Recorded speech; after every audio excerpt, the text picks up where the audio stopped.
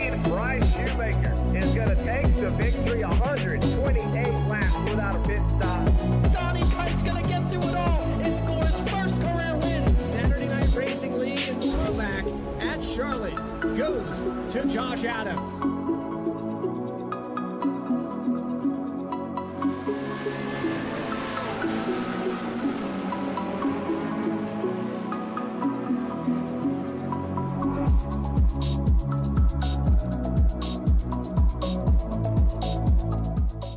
Racing isn't easy, but experiencing it is.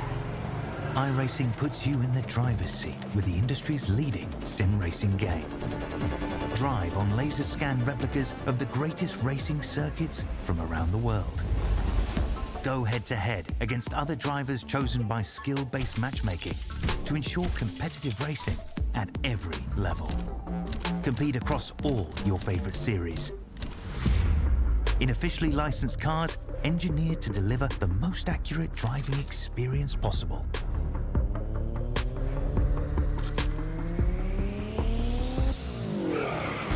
Join a race or host your own with players from across the globe.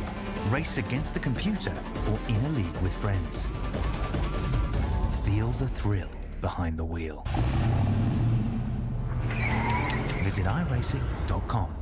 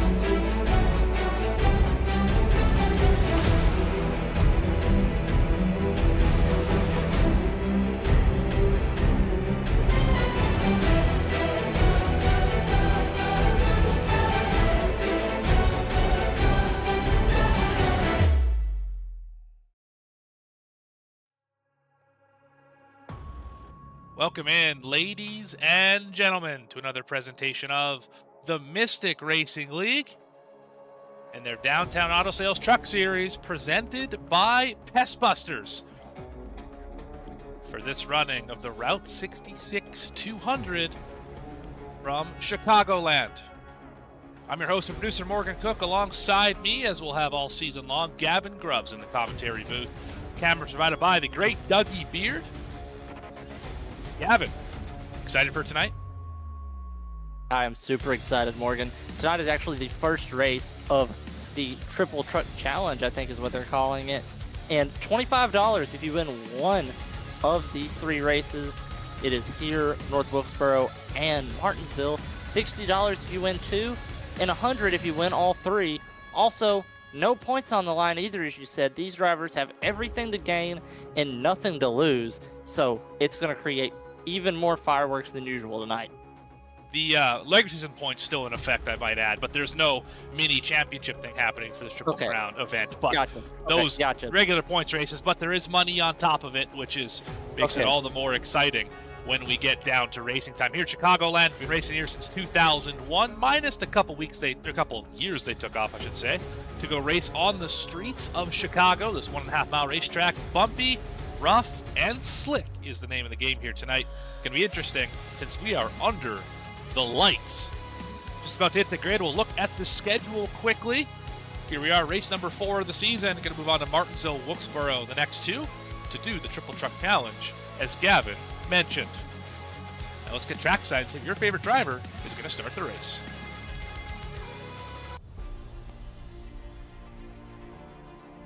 Starting on the pole, Colin Bollinger in the 97. Jacob Cochran will start alongside in the 51. Third tonight, Tyler Stevenson, Noah Hubbard alongside in 4th. Row 3 belongs to Devin Curl and River Hayes. 7th will be Brad Nelson. 8th, Zach Davidson.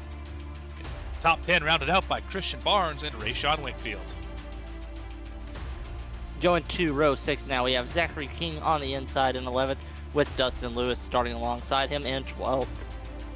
13th is Harold Tucker III with Brett Wren in 14th in the 24 truck.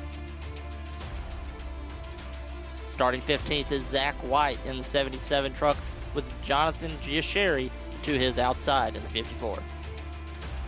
In the 10 truck, Brian Moore rolls off 17th and Joey Beam in the 41 truck in 18th. Row 10 is Sean Merriman and Reggie Kime rounding out the top 20. Seth Heyman will start 21st, Caleb Hunt in 22nd, 23rd Chad Allen, 24th Dylan Brumley. Cars rolling. We're going to go to the race here in just a moment, as we will have drivers on the bottom of the screen here. Michael Wade, Adam Holston, JT McNulty, and John Ullman. Derek Jewett, Douglas Wasaki. The rest of the field will flash through on your screen as we're about ready to go racing. Oh, we are going to take that extra pace lap. Thank you, Mystic Racing League. Carry on, Gavin. That's going to be Alan Zukoff in the 08 and 31st, and Gary Baldwin Jr. to his outside in 32nd. 33rd, Gavin Henson in the 39, with Isaac Brock in the 21 truck in 34th. 35th is Luke Barnes in the 04, and Tyner Willing starting 36th in the 36 truck. And rounding out the field, Daytona Cross in the 00, rolling off 37th. He qualified in with a 31.475. A little housekeeping as well. Did an update on timing and scoring. A few drivers not making the race due to not having too many cars here. Only 32 make the show, of course. 37 attempted to qualify. Jonathan Giasheri, Brian Moore, Chad Allen, Dylan Brumley, and Luke Barnes failed to make the show as they were open drivers and all of the charter spots were filled for this evening. While we pace, coming to the green flag, here is your race analysis. 134 laps here tonight, just about 200 miles. Pit road speed, 45 miles an hour. You'll have 4 sets of tires to navigate, and you're probably going to use most of them, if not all of them. Fuel, 32 to 34 laps, means you will have to pit one time in that first stage, which ends at lap 50. And Tier1setupshop.com setups, as is customary every week, and in all 3 of the National Touring Series here in the Mystic Racing League. Yeah, these cars are getting ready to roll off here, Morgan. I'm super excited. We're going to see cars using every lane from the top of the track all the way to the bottom. Well, let's get ready to see them roll off here as the pace truck's getting ready to pull off. We don't see many races here, but when we do, they are typically fantastic. Truck is off of the racing surface, and we're getting ready to get after it. And we already got a spin in the back.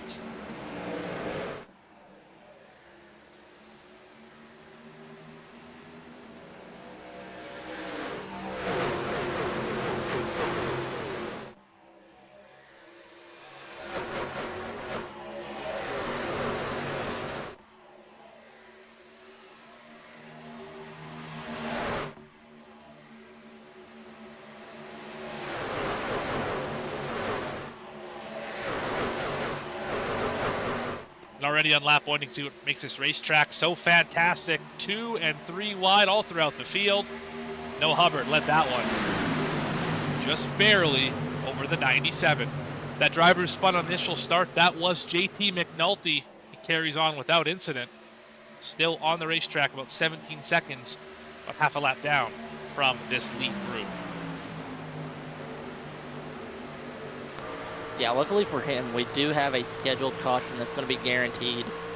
So that's something he can fall back on. Additionally, we're going to have a pit stop this segment too, so there could be trouble before or after that, getting in and out of the pits. It can be difficult on new or old tires. They're going to be slick in and out of the pits. So I would be too worried if I was him right now. Absolutely. We saw the 97 bobble off the bottom of the racetrack. That's going to lose him a couple of spots. It's going to be paramount tonight. The drivers are able to minimize the wobbles over the bumps, I guess is how you would say it. You want to make sure that these trucks don't get out of sorts at all, or else you're going to find yourself probably in somebody's lap. Yeah, this track's really slick. I've ran a bunch of races in the truck here, actually. All of those bumps, they don't really make you feel like you're going to spin out or really fight the truck that bad, but you lose a lot of grip. You either slide up the track or the right rear comes out from under you. Sometimes you slide tight, sometimes you slide loose. So it is super important to keep the car as pointed along the track as you can. Don't scrub off any time on those tires because this track is already going to destroy your tires. You don't need to help it out any. Absolutely. And it's going to be interesting to see who is aggressive. We see the 50 already charging through the field. Zachary King is +3 already, though the biggest mover of the race to this point is Gavin Hinson, who is up 8. Isaac Brock trying to follow him through. He is +7 so far in this one. But a lot of drivers we expect to run well started a little closer to the back of the field, or a little maybe middle back of the field. And they have to work their way through without being aggressive and hurting the tires. Full fuel run. Should we stay green to 33 or so? And you got to make them last. Yeah, and that's the thing is I think the 33 laps, that is not a full fuel run. Are we running a smaller tank here in the Mystic League? We are. And I think that's going to help drivers who do drive more aggressively because they're going to be able to take tires. You're not going to kill your tires as much on a 30-lap run as you would a 50, 60, or 70-lap run here. So I don't think it's going to hurt you as much as you think driving super hard right off the jump. You just hope that the bad times with the hurt tires aren't more negative than the good times by running quickly. That's the trade-off you have to figure out as a driver, is if it's worth it or not. It's going to help as well. Track temp very low. We're only at 69 degrees Fahrenheit on the racetrack, meaning it is cool. Should be a lot of grip out here for drivers, and take a little bit longer for the tires to get heated up as well. Yeah, everything we've talked through just now, I think these drivers, especially the ones at the front, I would go as hard as I could early. I mean, if it hurts your truck, it's only going to hurt it at the tail end of the run, and then you're going to have all night to make up those positions. So I would go hard early personally, and then if it doesn't work, that's a lesson you can learn and apply to the rest of the race. A very little off throttle time. You can hear it right now from Brent Wren. Currently in the 11th position, trying to get around Dustin Lewis for a top 10. Now he's out of the throttle for maybe 3/4 of a second before he's right back into it. Pushing a little tight behind the 8, it looks like. Yeah, so I was going to say, these trucks look like they have a lot of grip, too, because he was not fighting that wheel at all, and he was making pretty good time there. Drivers over the week complained it's a tick snug. It's a little bit on the tight side, but it's really nothing to be too worried about. Curious to see if it builds more tight with dirty air. Drivers couldn't practice with other cars on the racetrack, only single car runs. But as you know, Gavin, having air on the nose of these trucks versus having dirty air on the nose of these trucks is a very different driving experience. Yes, these trucks are already some of the least aerodynamic things that you can bring to any NASCAR league. So putting them in dirty air is going to make them drive, well, even more like a truck. We just saw Davidson get aero blocked a little bit off the corner by Barnes. He hit the outside wall. That's something that you can use, especially if you're building tight. You see a driver behind you going up the racetrack, you can fade up the racetrack a little bit as well. Make them make a decision.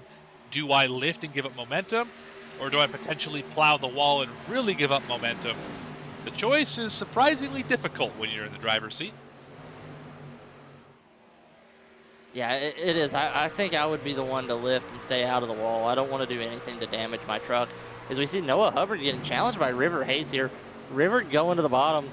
Noah's actually sliding a little bit back to the field. It looked like earlier he had built up a little bit of a gap at the lead, but now we have the top 5 all within 0.6 of a second of each other up front. And that might be pushing just a little too hard to make sure he kept the lead on the high side. I think the high side's going to wear out the tires more here, and the bottom side's going to be a little bit easier on them.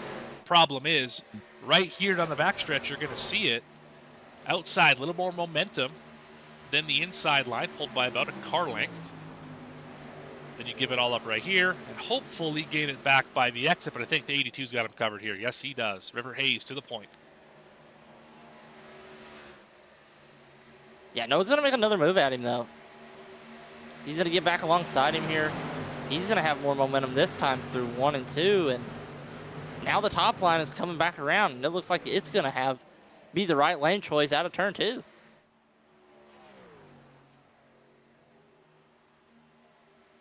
Great battle up front. Yeah, look at them fan. I love watching when vehicles fan out like that, when they're all in single file line, and all of a sudden they just disperse across the racetrack, high, low, middle, wherever.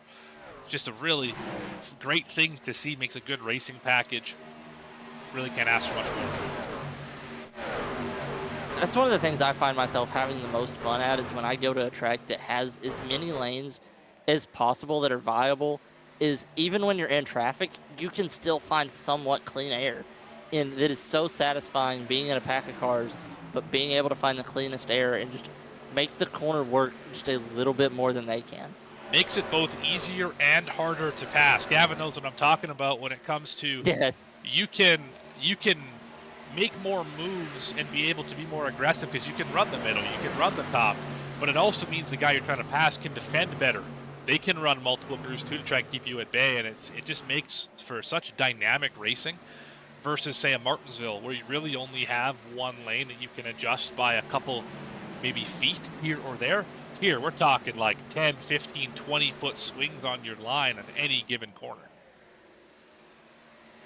Yes, but you also got to be careful changing lines mid-corner, because we were talking about tire wear, and that is one way you can absolutely kill the right front tire, especially on a tight race truck, is by sawing on that wheel more than you already are.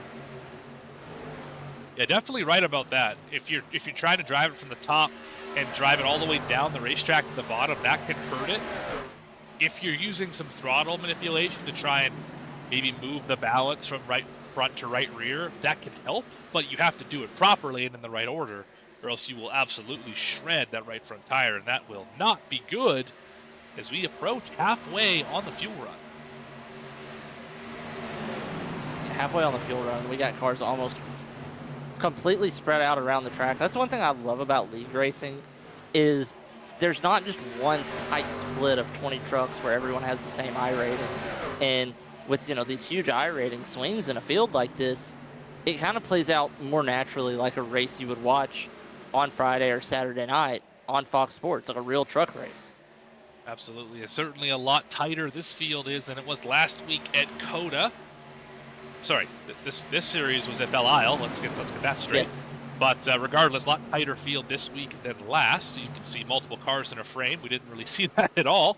As Brent ran, aggressive slide job in front of Merriman. Merriman got the wall. Going to lose a couple spots for his efforts here. I don't think the AT is going to be too happy about that one. No, and Zach Davidson was able to capitalize on their little battle there. As you saw on that onboard, the 01 truck got around 2 trucks there. Oh, Rin's going to fight back with help from Merriman on the top side. Does it happen again in the same situation? Rin's in the middle. He fades up a little bit. No wall contact this time. That right there's a good example of what we were talking about earlier on everybody being able to find clean air. You had 4 trucks under a blanket, 2 wide, 2 rows deep, but everyone was able to keep their nose in clean air pretty much. Somewhat clean air with traffic. Yeah, clean enough that you're able to make the corner without hitting anything.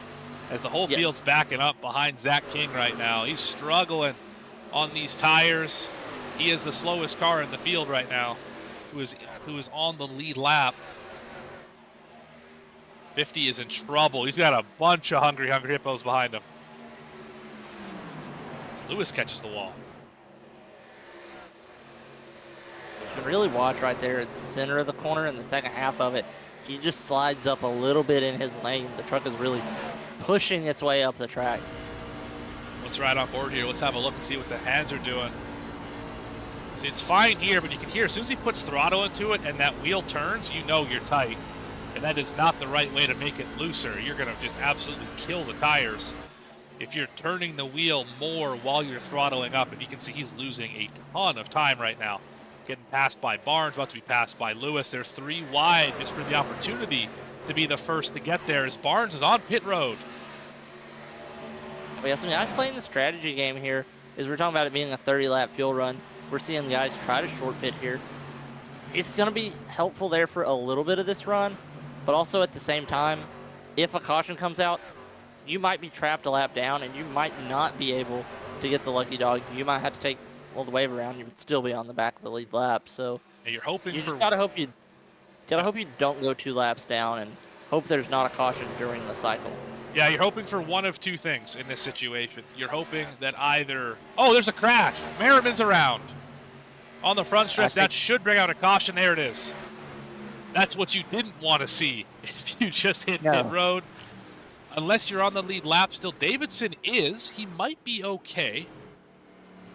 Merriman, obviously, with that big hit, not okay. We'll see what happened here to the 18. Yeah, Davidson might end up paying off the best of anybody out of this because he might be able to stay on the lead lap. He got to pit road before the caution came out, so he's not going to get a black flag. After everyone else on the lead lap pits, he might cycle out to the lead with fresh tires. Let's try one more time to look at this here. Looked like contact 18 and 24. Not really sure what caused it. Looks like they're just trying to push each other.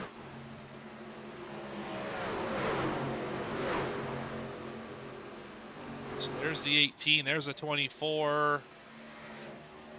Yeah, I think they got squirrely off the corner, and I think Rin just chasing a little too far down the racetrack. Got into the side of the 18, and obviously around goes Merriman.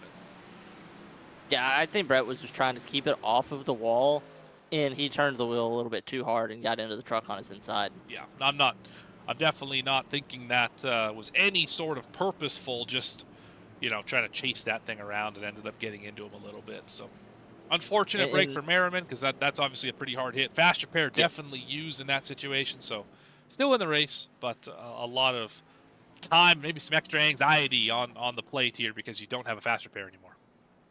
Yeah, and race control mentioned, I heard him in my ear saying that they're going to give the 24 the cause of that caution. Right. But I don't think that it was a intentional thing. But, by the rule, that he was the cause of the caution. So he's going to be put towards the back of the lead lap after this caution. Right. A couple drivers stay out. And of course, the ones who just hit pit road. That would be Barnes and Tucker. So they should cycle out to last cars on the lead lap, I believe, since they were a lap down. It'd be a wave around, essentially. King wins the race off pit road, taking, that's 2 tires, I believe. That is a call for sure.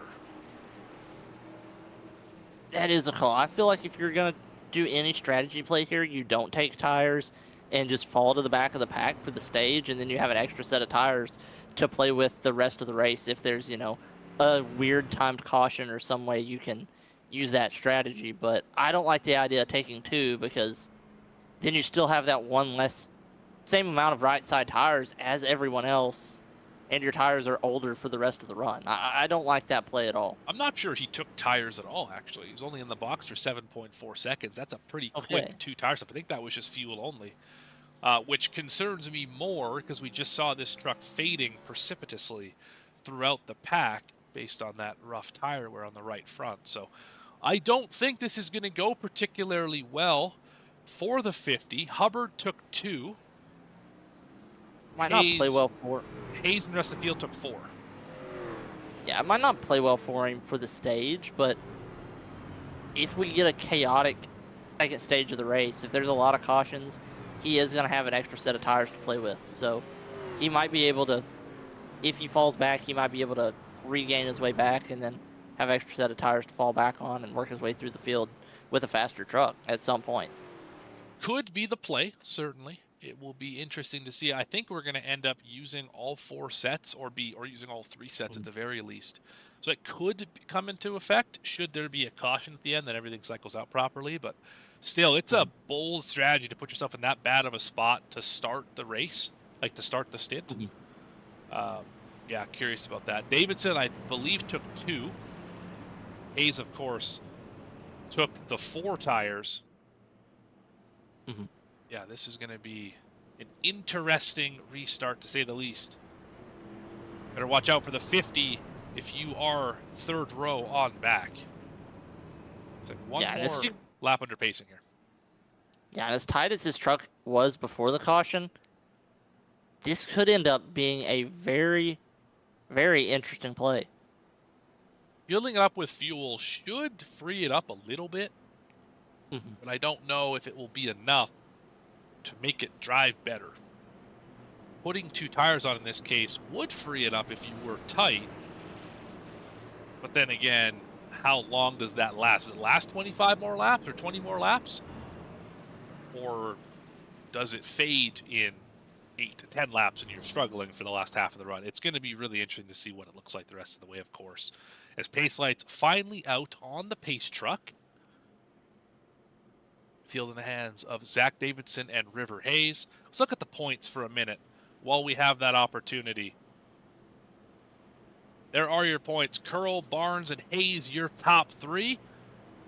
Rest of the field behind them stacked up from 3rd to 10th. Actually, really 3rd all the way back to about 13th, only separated by 30-some points.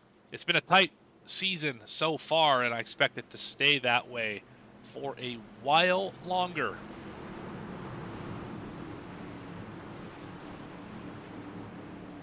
Pace truck off the racetrack, field in the hands of the front row. And we're green again in Chicago.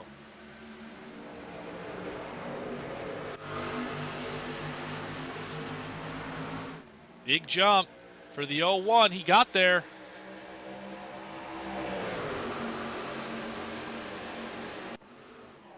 Slides up in front of Hayes for the moment. They're scattered 3 wide. Yeah, the 50 hung in okay in 1 and 2. He got the tires cooled off, even if they're still old. Let's see what they're starting to look like. Oh, 3 wide, they're wrecking. Oh, yeah. Goodness. Bollinger's in it. 43's in it. They're wrecking in front of the field. Oh, 12 got a part of it. Yeah, we kind of saw that one coming. Yeah, that was entirely caused by the old tires of the 50. That's what that was. So hate to see it, but that's part of it. Let's have a look at it here. So we saw the 01 try and force the issue. 50 was moving up the racetrack. 01, 50 made contact, shoots up into the side of the 97, and that's where the spin begins. Let's see it here from the 97's point of view.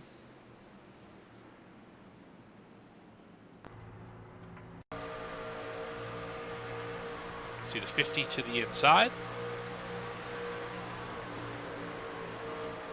There's the 1. Little contact right there. Shoots him off the racetrack. And now you're just along for the ride.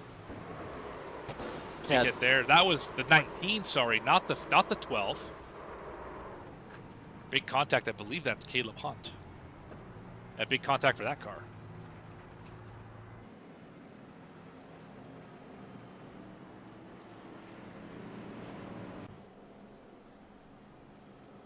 Yeah, obviously everybody here is going to take repairs, but you got to wonder who's going to take their fast repair and who has enough damage that, or a little enough damage that they can get it repaired and hold on to that fast repair. Yeah, I mean, it's a good question. We've only got, say, about 20 to the stage, so if you just keep it on the lead lap, should be okay to make it to the stage or repair the rest of the damage or most of the damage, whatever you want to, however you want to look at it, and carry on for the back part of this race with the fast repair still in tow. If you're Bollinger, though, you got a lot of damage. You hit that wall, and the other car's pretty hard. He used the fast repair. He's off already. Curl got damage out of it. He's on pit road. Winkfield still fixing it. So is White. Caleb Hunt. Willing is still on there. There were a lot of trucks that were running near the top 10 and top 15 when they got in this crash. So they're going to be faster than a lot of the trucks they're racing around. But the ones without a fast repair are going to have to be really careful tiptoeing their way around these slower trucks. You're totally right. You have to be careful in these situations to not make your problems worse. You get another accident, that's day over if you didn't use the fast repair, or if you used the fast repair already. So you don't want to make a bad day worse. So we hit the choose.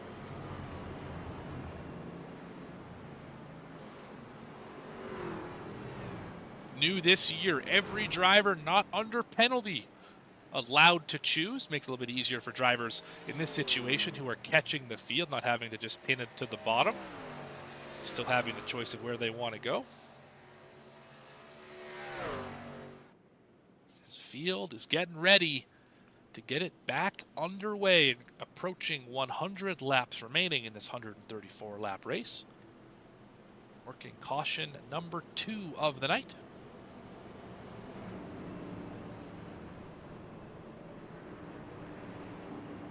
Yeah, it looks like the 50 is going to get to stay up front. No penalty for him after that incident. I'm assuming they would call that racing incident. I'd have to guess. I assume so. But the old tires are still up front in front of a lot of faster cars. Everyone's going to have to be careful. Watch for a stack up into the turns on these first few laps. Back racing here. Oh, one did not get a good jump that time. Like he's going to get swarmed.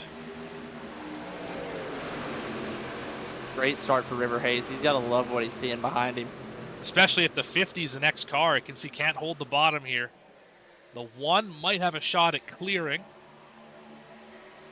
Yeah, look at the gaggle that there is. Oh, 12's in the fence pretty hard.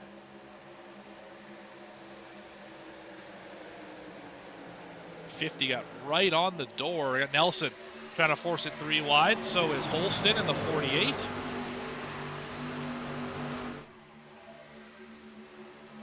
And look at these moves being made here.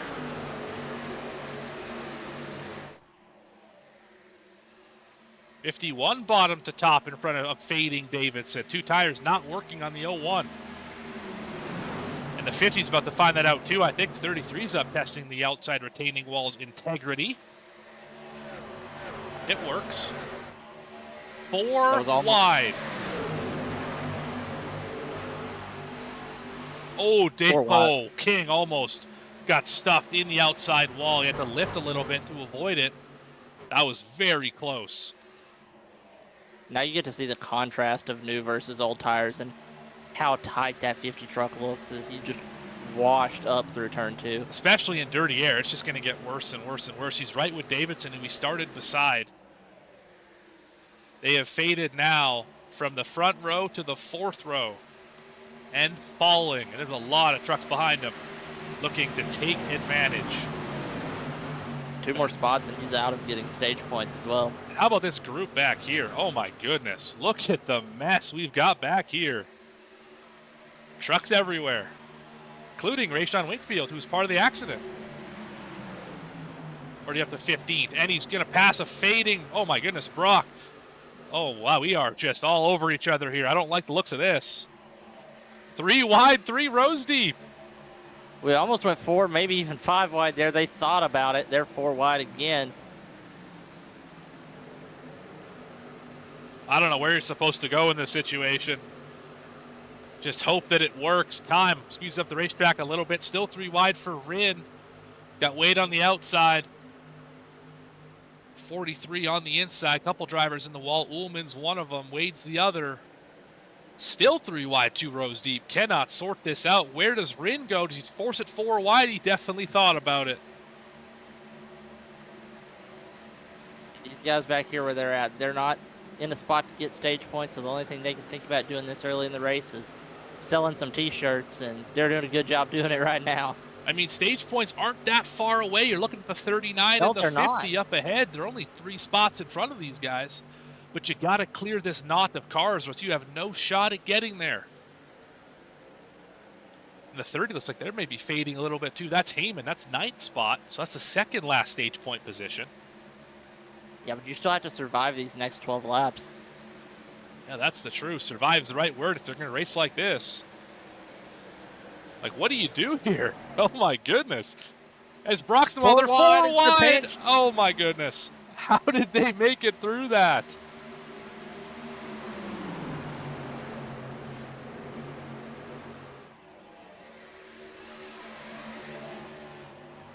Woolman trying to set sail. Looks like he will for a moment. Gets around the 30, move him up to 9th.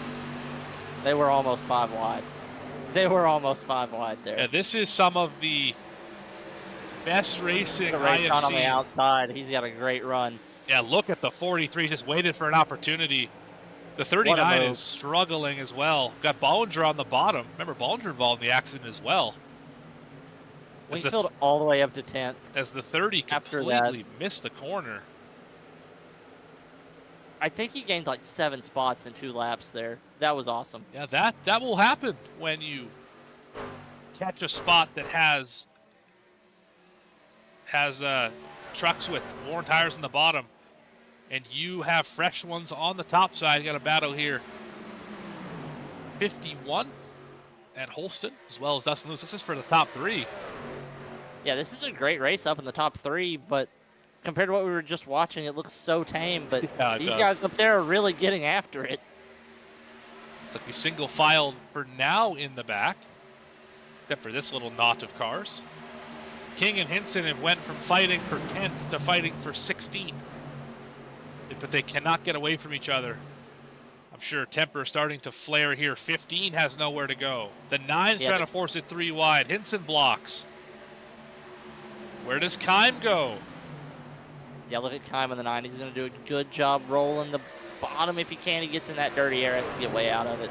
And Tucker was one of the cars who was upside down on strategy. Oh, the blocking is outrageous here on the front stretch. I think if you're Hinson right now, you are screaming on the radio because there are cars flying by you in the 50, and you can't do anything to get away from them. No, the finally going to slide job finally here. Get single file, but now everybody's going to go by them both on both sides. Ooh, that was close.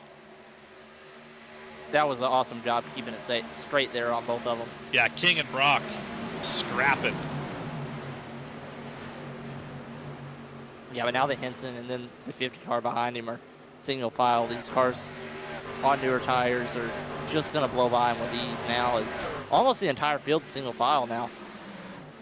A few drivers up here still fighting for position. This is for the 10th or 9th spot.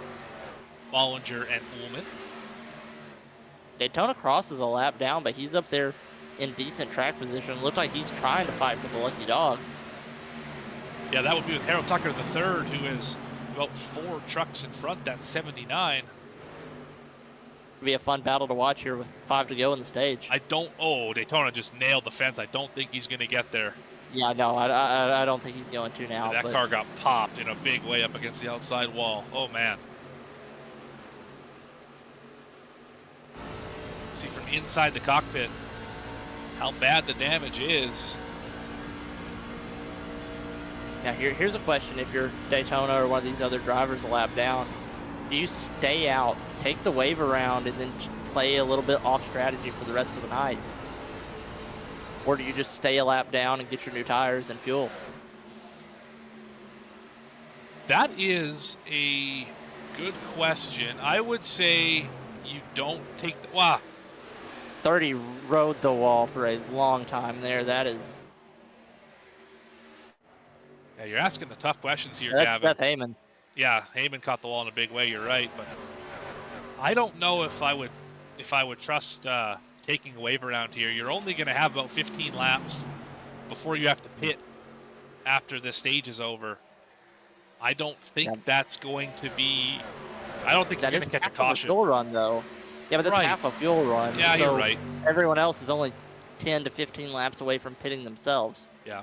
I suppose if, and you know what you could do, if you know that Tucker and Zukov and Merriman are going to, Daytona Cross could elect not to because there's only 4 cars a lap down. You'd be the lucky dog by default. Yeah, but then you wouldn't be guaranteed a caution. True. I would rather be on the lead lap not knowing than I would be a lap down betting for a caution. With the racing we just saw, I would think a caution's on the way here. Yeah. It's just a little while under green. Well, we know there's one on the way here in a lap and a half. Absolutely. Right about that. So Tucker should get that one. He's got about 3 seconds over Cross. Nelson still testing the integrity of that wall. Cochran looks for a move for third on his teammate Dustin Lewis. Hayes and Stevenson well out in front. Should be white flag lap this time by for the 82.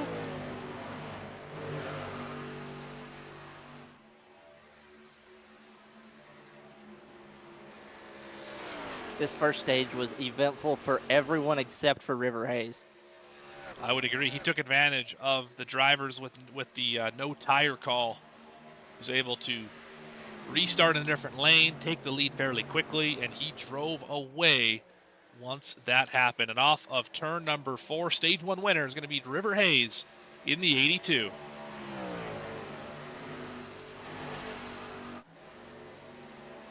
Battle for 10th.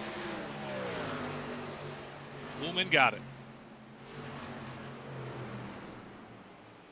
So your top 10 at the stage look like this. Hayes, Stevenson, Lewis, Cochran, Holston, Nelson, Winkfield, Bollinger, Jewett, and Ullman. How about Derek Jewett?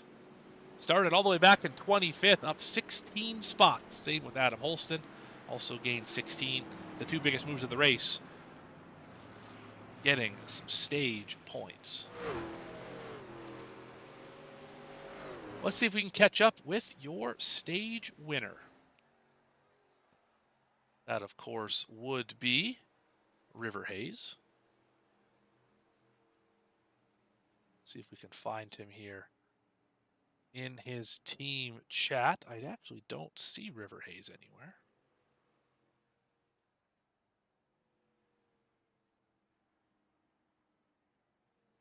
Do not believe he's available for chat. That's unfortunate.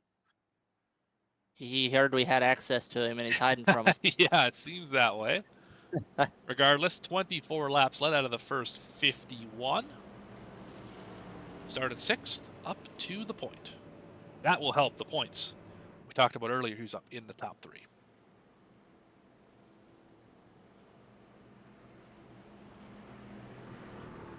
A really dominant stage there for him as everyone's about to pit. I assume just about everyone would take 4 tires here. Yeah, I would think so. I would think you would pretty much have to. We saw what happened when you took 2 or 0, and it was you fell straight to the back of the field. For reference, King ended up finishing 20th, and Davidson finished 24th after starting 2nd and 3rd on that 20-lap dash. So that should tell you what tires are worth here.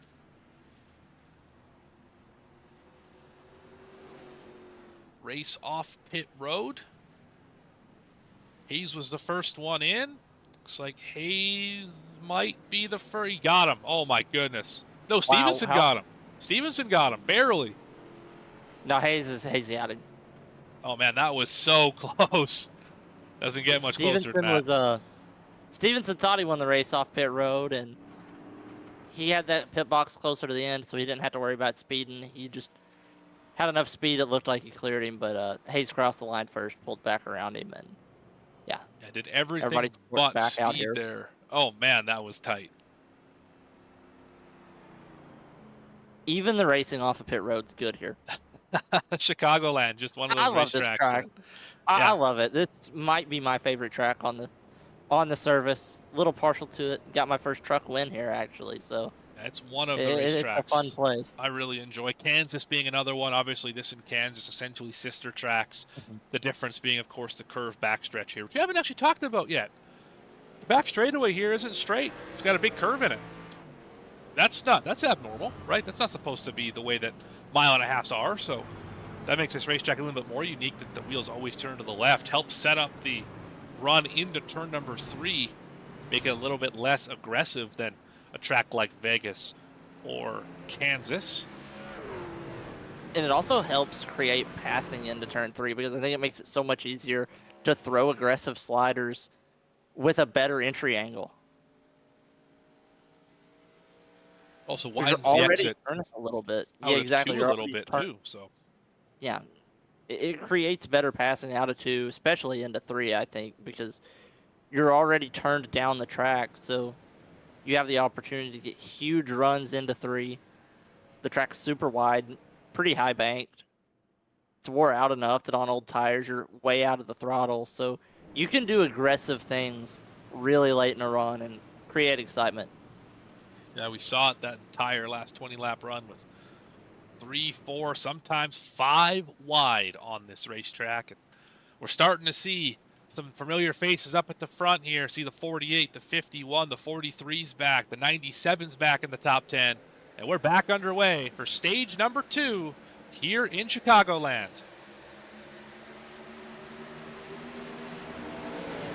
River had another great restart there. He's got to love what he's seeing, love what he's feeling out front, because while everybody else behind him battling side by side, giving it all they got, he can take it about 90%, keep the tires a little bit cooler, even keep himself a little bit cooler, stay more relaxed in his sim seat, just be in better shape for the end of the race. One driver having a connection issue, that's Isaac Brock.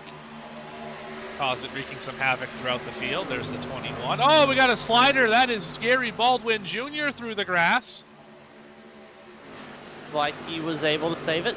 He was. Great job making sure that wasn't worse than it was. 3 wide behind these guys, just for a moment anyway. Noah Hubbard in the middle of it. And to answer our question we had earlier right before the break, Daytona Cross did not take the wave around, but I think a few guys did, because now there's only 2 cars more than a lap down. And one of them was Merriman, who got a black flag under that cockpit as well. So Cross is the lucky dog at the moment. Oh, Ullman hard into the outside wall. Yeah, and you saw him. He was one of the guys that earned stage points. He got up to 10th, and he's going to lose several spots there. Wade and Brock trying to fight around the slow Zachary King. And here comes Heyman again.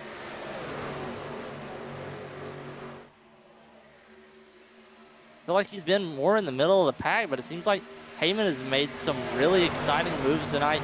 Bold moves, being aggressive. That's one way to get to the front. Absolutely. 51 on a tear as well, up to P2, highest he's been today. Rayshawn Wingfield up to 3rd from pretty deep starting in the field. He is on fire tonight. This is one of the fastest trucks on the track. Was up front, caught up in that crash. Remember? Caught up in that crash that occurred with Bollinger. Yeah, so he's doing a great job rebounding. He might be the fastest truck on the track right now. Certainly one of them. Teammate with the 51. I believe the 97 part of that group as well. So a lot of fast Chevys they got in the stable tonight. The 8 part of that group as well. Yeah, you couldn't tell that the 51 and 43 were teammates by the way they raced through 1 and 2, though. Well, when you're up at the front, you just got to do it. You got to do what you got to do. Oh, yeah.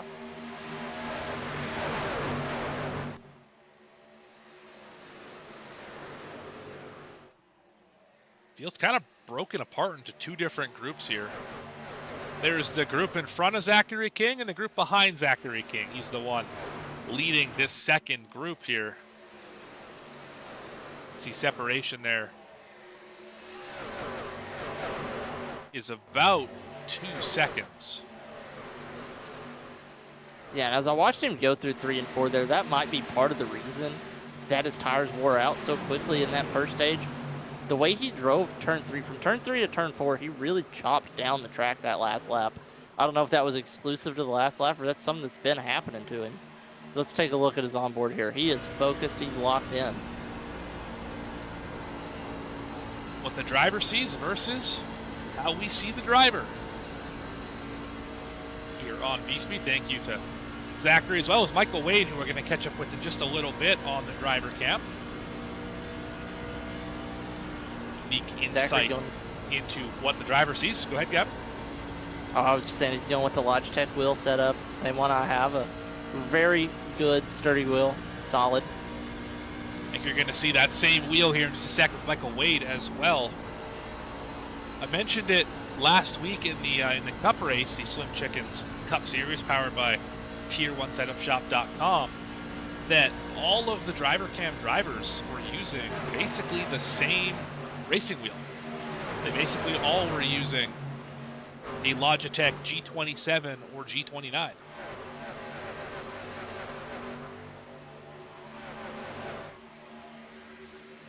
Back up front, 43 has gotten around the 51 and now putting the pressure on River Hayes for the lead.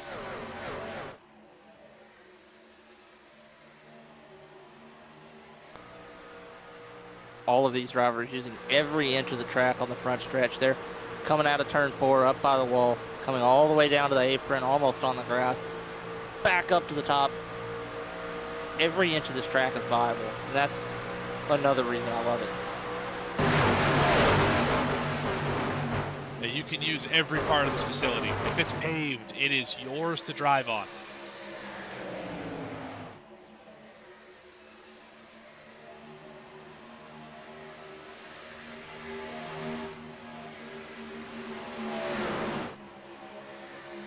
We should be seeing one of the wave around cars, Alan Zukov, on pit road here in a lap or two.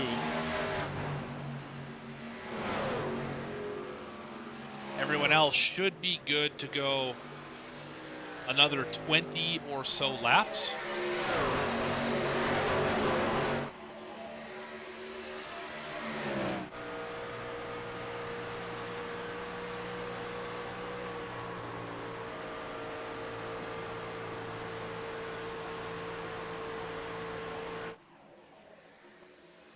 Hayes seems to be better in 1 and 2 on that end of the track, but Wingfield seems to be a little bit better from the back stretch all the way around to the front end of the track. I think it's that higher line we're seeing out of the 43. Giving him momentum right here. Well, not as much that lap. No, the 51's in the picture now. As they all three take different approaches to turn 1. Late apex for the 82, early apex for the 51, high side for the 43. So you have a little further back here, got a good battle for 22nd. Red, Tucker, and Willing. And up ahead, Hinson again fighting for a stage point, if there was a stage. They're 4 wide in front of him. Oh my goodness. Came out of nowhere.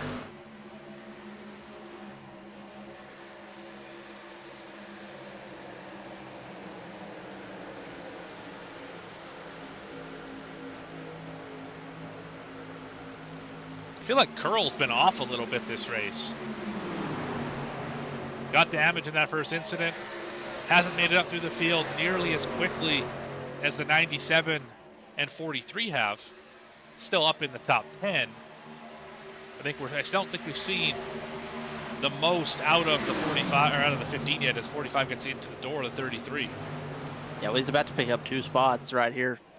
2 for the price of 1 coming out of turn 2. That's going to move him all the way up to 7th. So having clean air right now, we're really going to see what the 15 truck has under the hood compared to the drivers in the top 5. See how fast he closes that gap, or if he just kind of maintains where he's at right now. The gap now 1.25 seconds to Bollinger. So we got an issue. Jewett has a problem. Jewett spun on the racetrack.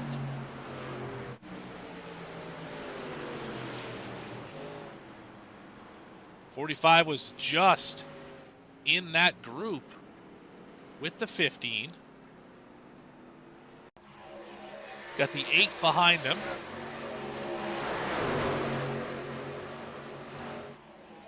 .39. I think that's just a case of the 40. Oh, that's a big hit. Ooh. Definitely gonna have to use the fast repair. Yeah, agreed. Agreed. Usually in Chicago, when something hits the wall, it's a triple. This one, not so much.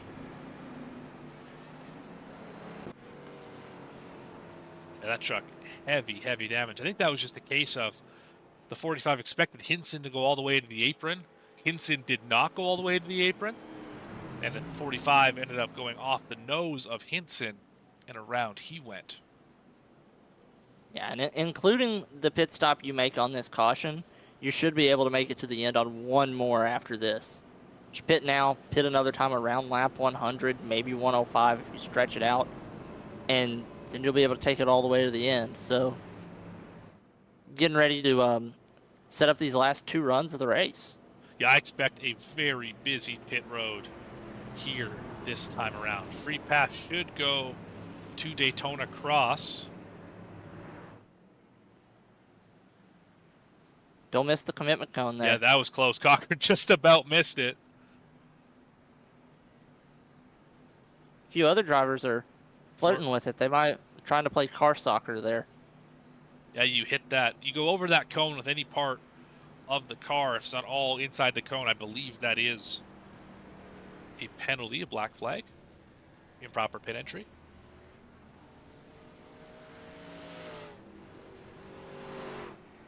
Cochran first one off pit road.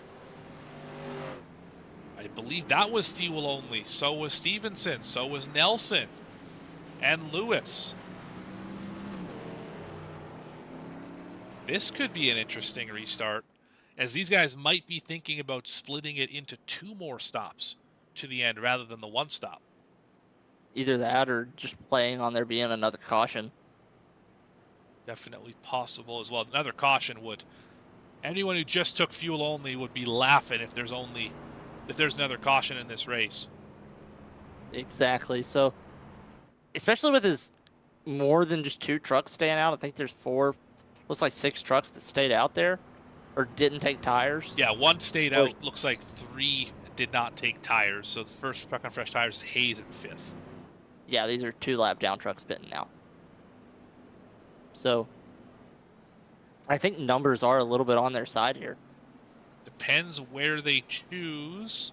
They split decision. That is worst case scenario for Hayes. Best case scenario for the 4 who don't have the tires.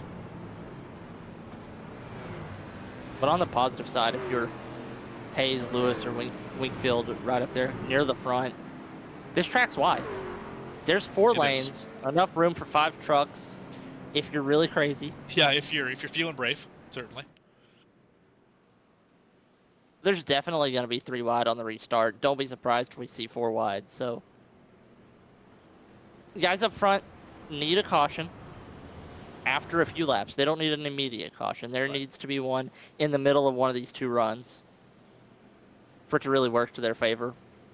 Agreed. Yeah, if you're Hayes, you're just trying to be the first one to pass either the 9 or 51, whoever ends up leading this group. Time got the 20-lap older tires. Cochran has the full tank of fuel, but old tires. Same with Nelson and Stevenson. It's about to get wild here in Chicagoland. Pace truck gonna make that sharp turn off the racetrack. There it is. We are about to be back underway here in the Windy City. Backed it up a little bit there before he went. Got the jump, though. Let's see how wide they pan out here into turn 1. Looks like just 3 wide. Everybody staying in line. River Hayes lucked out great. He's going to get right alongside these guys. Wingfield had a little bit of a bobble there. He's losing spots. Our borderline Daytona back here.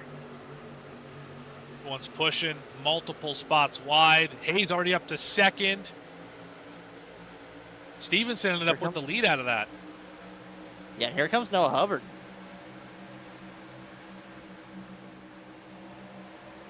Yeah, 12 might come out of this as the biggest mover. Let's look at this knot back here. Looking 4 wide. Brock thought better of it.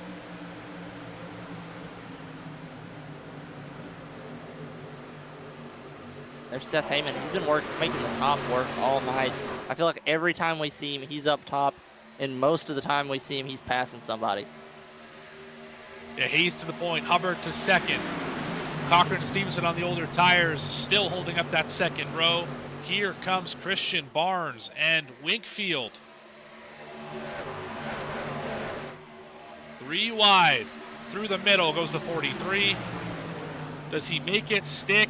Yes, he does. But the 27 is going to follow him through. Zachary King rebounding after a terrible first stage. Now that we're at lap 77, he's made his way back inside the top 10, and he's moving forward. Certainly is. He's got the fresh tires 4 wide behind him. Wade on the bottom. 3 wide contact. Almost. They're dooring each other. 15 and 16. How do you do on the bottom of turn number 2? There's Seth Heyman again, like I said, just making another really bold move, using the top line of the track there. He wasn't afraid to go 4 wide. He's moving forward too. Contact. Him, that's P5 at the line. Yeah, 50 into the 51. Oh, caught the apron, did the 50. Yeah, Cochran's starting to fade now on those no tires. Here comes Wade in the 16.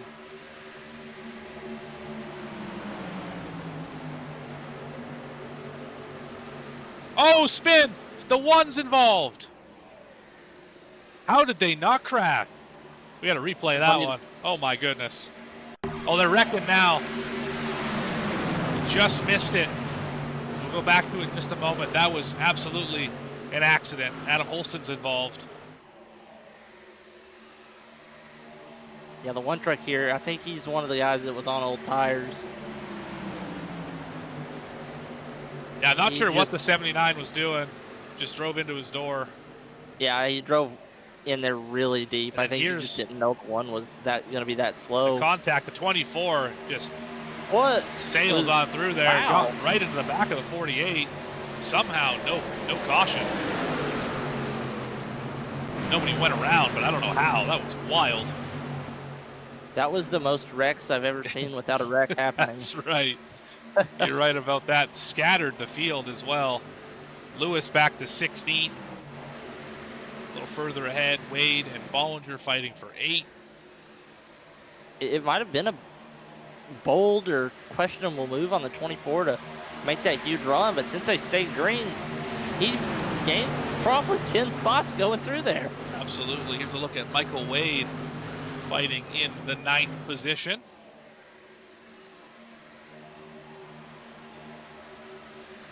Silver and red truck.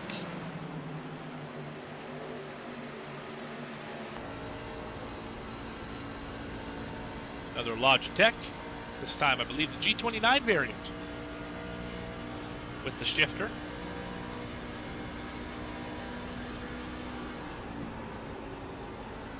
And he used a lot of wheel on corner entry there. You gotta wonder how that's gonna affect the tires, because he used quite a bit of wheel really going into 1 and 2. He had it probably close to 45 degrees of turn.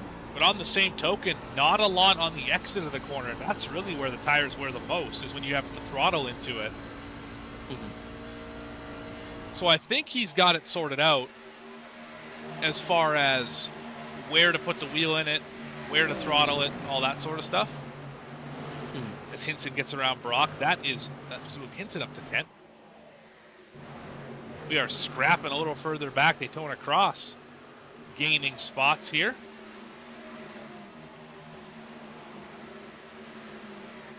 Yeah, everywhere you look on this racetrack, there is action. Absolutely. As Stevenson's all the way back to 21st. With that no tire call and half spin. Cochran back to 14th.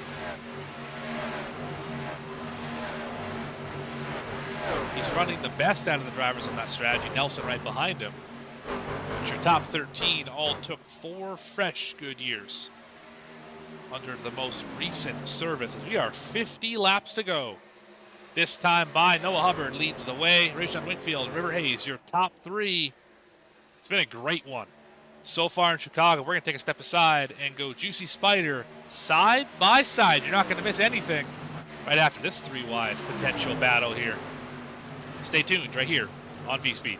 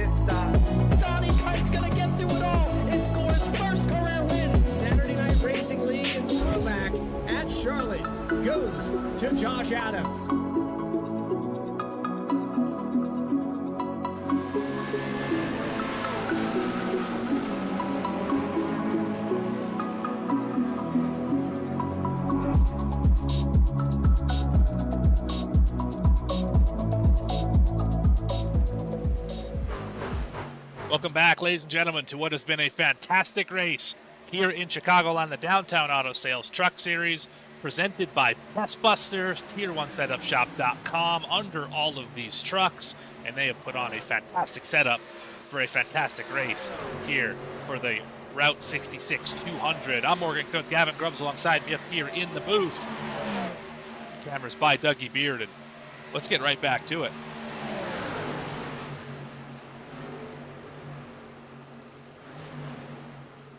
Battle for 8th. 5 cars involved. Heeman, King, Wade, Hinson, and Brock now part of this battle. Battle for 2nd is River Hayes chasing down Winkfield. Going to get around him here. Here comes Barnes with the help. As Noah Hubbard, I think, is looking in his mirror and seeing that black 82 going, uh-oh. That driver did a lot of laps early. Won the first stage.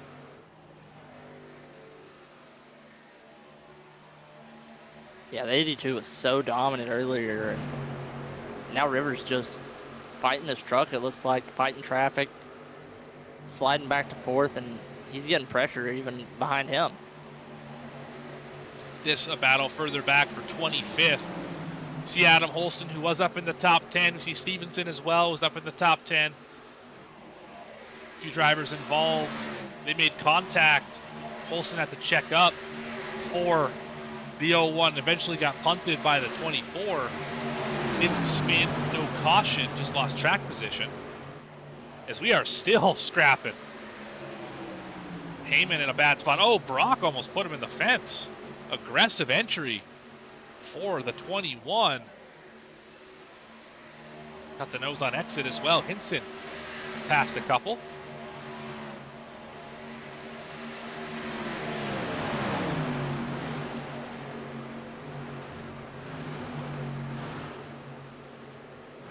That 50 truck has just been so tight late in runs. Yeah.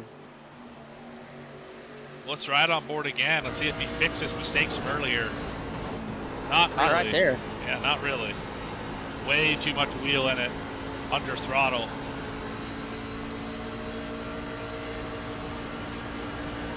Yeah, it's really hard to correct those issues because when the truck is driving, when it's disagreeing with the way you're driving, you get frustrated, and a lot of times it is way easier to just do what you're doing wrong, but do it harder instead of fixing the problem. You're exactly right. And basically the key is if you get back into the throttle and you have to turn the wheel a little bit more because the car's starting to push up the racetrack, you got in the throttle too hard or too soon, or both. That's really the key metric to telling you that you're scrubbing tired because you have too much wheel in it. So if you keep the wheel turned the same way after you throttle up, you're probably doing it all right. If it turns back to the right a little bit, that's even better. That means that you didn't hurt the tires at all. Oh, we got beam in the middle of the racetrack. That is going to set up a interesting fuel mileage run. What else would you expect here? Yeah, you're probably not going to be able to make it on 2 stops. But now those guys that didn't take tires, I don't think it's going to be long enough for those 2 sets to matter. Because if the pit stop's under... Oh no. Yeah, not good. Just made a mistake. Yeah, that's just a mistake. He was trying to get out of the way. I don't think he quite realized just how much speed he had, and he took out a couple trucks there. I think that the 77 was one of them.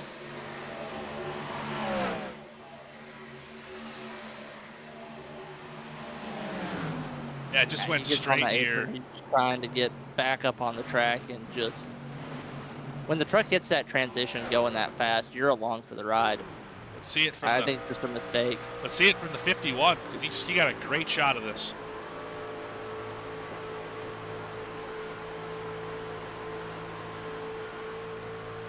Red Sox car down on the bottom, and he got a 4-bagger, that's for sure. Yeah, he got a little loose, got back on the apron, and it just... Yeah. Unfortunate. Yeah, not much more you can say about it than we haven't already said, but now we have some interesting strategy calls. Curl and Hayes stay out. Everybody else, except for McNulty, on pit road behind them. Curious so you're decision. gonna have to pit once anyway. Right. So I understand staying out. That way you can stretch it out as long as you can and have fresh tires for the end of the run instead of the start of the run. They've only got about 10 more laps that you can go here. So it might not be long enough for... I don't hate staying out. I'm not going to say that I like it or I would have done it, but I don't hate it. Because their pit stop is going to be able to be shorter. Right. They can take 2 tires, just get enough fuel to make it to the end. Their pit stop will be a few seconds shorter than everyone else's, maybe. But if that pit stop's under green, but and other people could green. I don't think you can save it. Yeah, you're right, but I don't know. I don't love being on the back foot strategy-wise, especially because these 2 trucks are fast. These aren't slow trucks by any stretch. No. So I don't love the idea of staying out, but again, I'm in the broadcast booth there on the racetrack. They clearly know better than I do, so we'll find out here if Curl or Hayes can pull this thing off. I don't think it's a bad call, but I don't know if it's a good call either.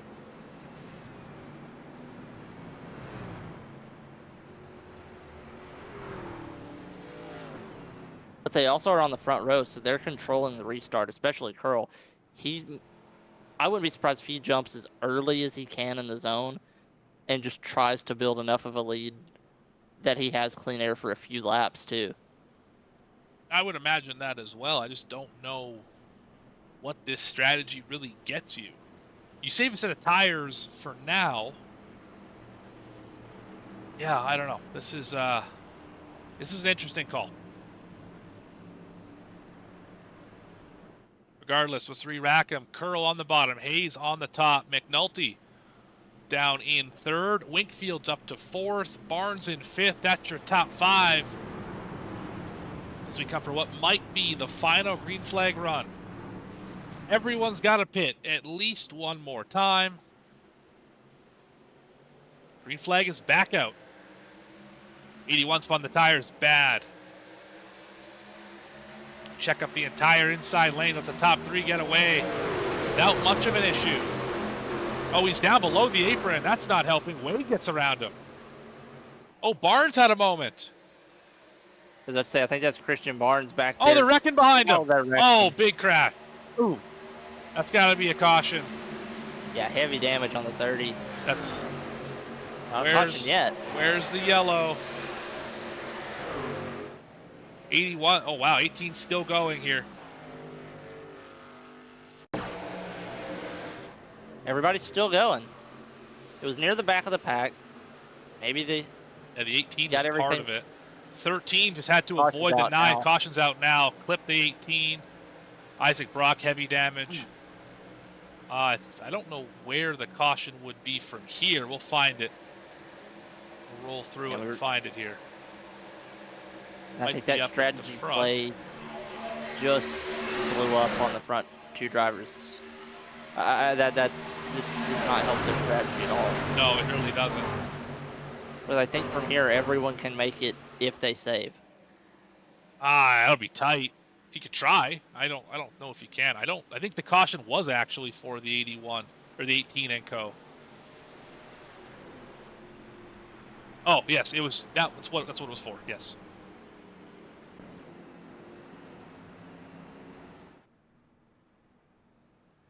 All right. Yeah. Now you're in a weird spot. You can pit. Actually, if you pit here, you could pretty much make it to the end.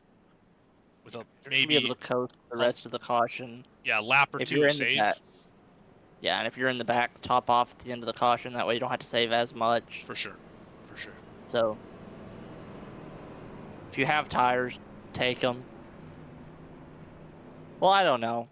If you only ran 2 laps. If you have tires, I'm taking them for sure. Because this will be the last time I put tires on for the race. I'm expecting it to go green the rest of the way. And if you have an extra set, beyond that, you're in a great shape.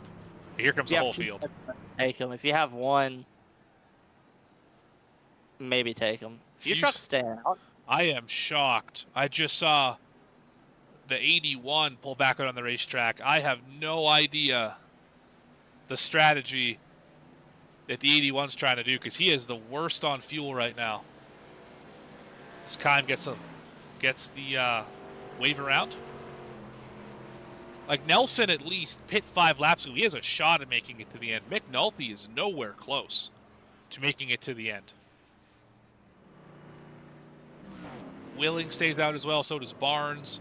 Hubbard on back. He was the race off pit road. He was the first off of the pit lane. He should be able to make it to the end with a little bit of saving, like we said. This is going to be an interesting finish. It always is, though. Doesn't it always seem to be a fuel mileage finish in this series?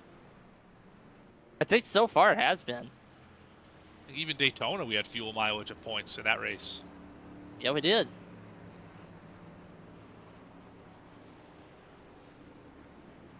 Fuel mileage races are always fun, though.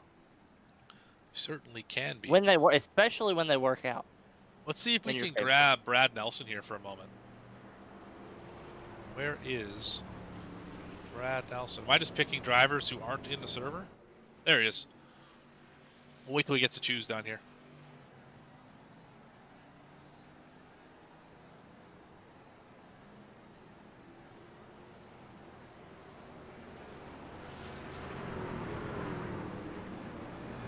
Brad Nelson, Morgan and Gavin up in the booth. You got a copy?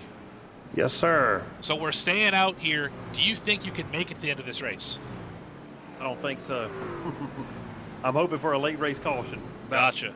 A 20 lap run would be good. Saving that set of tires for the end, I see. That's right. You only got one set left? Yes, sir. All right, and we're done rapid fire questions for now. While you have a moment here before we get back, Green, who do you want to thank? Who do you want to shout out for putting you up at the point here with about 30 laps to go?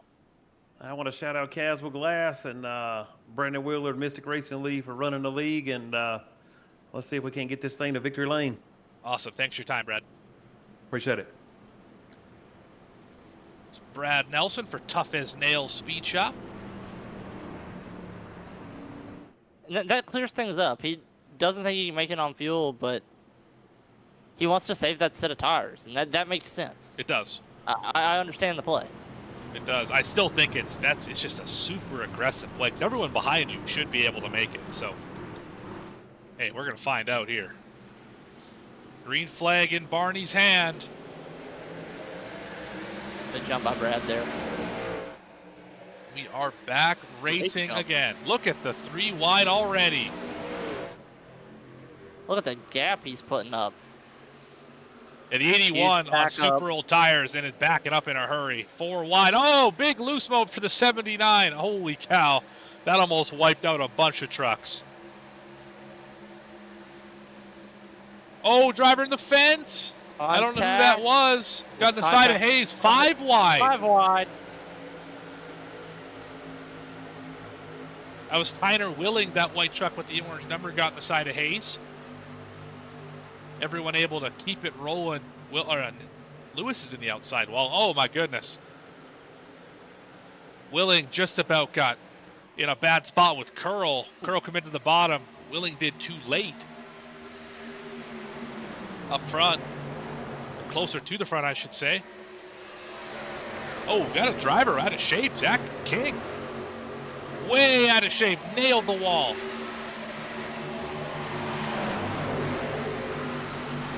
Yeah, Zachary King's in trouble. That 50 is in a bad way right now.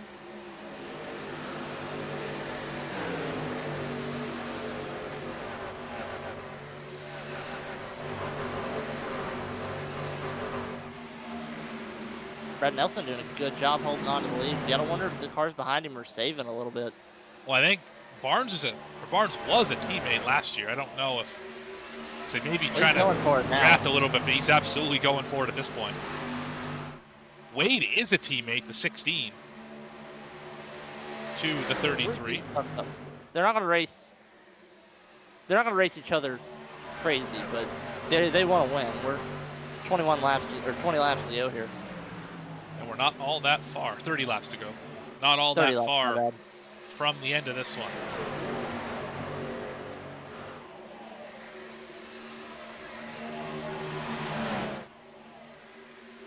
Haven't talked about the 19 too much since that opening caution. Battling up to 13th. Looking around Willing. Winkfield in front of him. Yeah, he's close to the top 10 now, so that's a good rebound on the night for him. Just sometimes a quiet night's the best night you can have. Yeah, I got that right front damage early, but has sorted it out since then. As that 81 truck is just off the pace with these really old tires. He can't make it on fuel. It was a Hail Mary shot, and it just didn't quite work out. But it's a learning opportunity, learning moment for the driver and the crew chief, if there is one. They'll make that adjustment for next time, I'm sure. Oh, yeah. I've been there.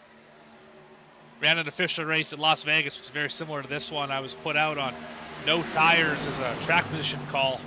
And I think it was about 8 laps before I was last on the lead lap. And I was screaming at the strategist. Hubbard just caught the fence. Oh, just put a big block on Wade.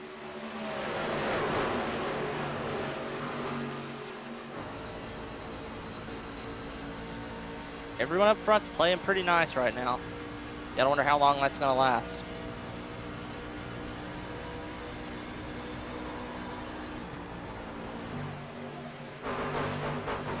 Gets clear of Wade. Hinson beside Bollinger.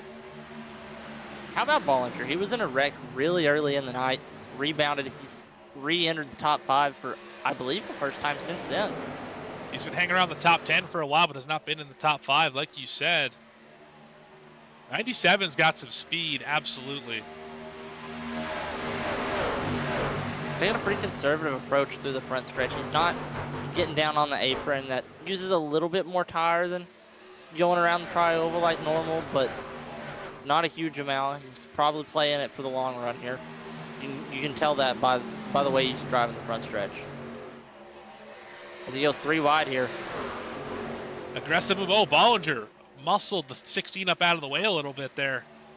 Well, Hinson. As I say that now, he dives through the flat part of the tri-oval.